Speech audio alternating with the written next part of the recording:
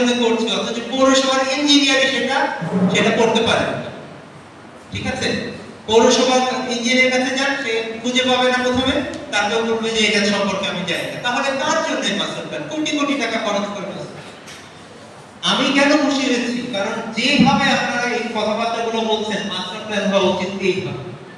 Master plan হবে, জনগণের চাহিদা আগে তৈরি হবে, জনগণ তারপরে বুঝবে যে মাস্টার প্ল্যান মানে নাকি, আমরা কিছুটা এগিয়ে রাখবো।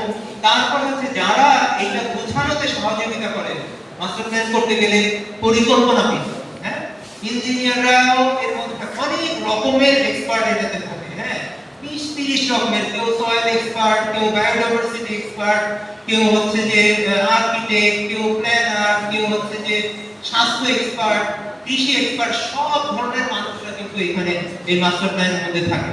বিশাল একটা টিম, কোটি কোটি টাকা খরচ করে আমরা 3 বছর ধরে কিন্তু আমরা কক্সবাজার মাস্টার প্ল্যান করতে এখন শেষ করতে পারি, মানে শেষ হবে এই বছরে, এটা শেষ হবে। এবং দেশি বিদেশি অনেক কনসালটেন্ট মিলে, কিন্তু মূল হচ্ছে কিন্তু স্থানীয় জনগণের কাছে সব কিছু আমরা শুনে, এরকম বিভিন্ন ভাবে বসে ম্যাপ করে যে কোন জায়গায় আপনাদের ওয়ার্ডে কোন জায়গাতে কি উন্নয়ন চান, উন্নয়ন বলতে আমরা কি বুঝি, অনেকেই আমরা উন্নয়ন শব্দটা ব্যবহার করলাম, উন্নয়ন বলতে আমরা কি বুঝি।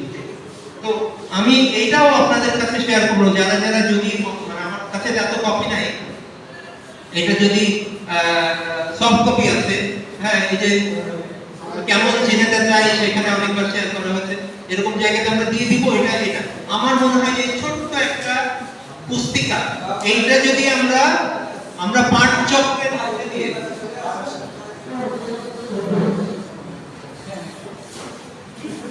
আমরা যদি এই যে আমাদের ঝিনাইদহের এই মাস্টার প্ল্যান যেটা ইংরেজিতে লেখা আছে, এবং এই যে অন্যান্য শহরে সুন্দর করে বাংলায়, কক্সবাজার মাস্টার প্ল্যান শুধু বাংলায় হচ্ছে,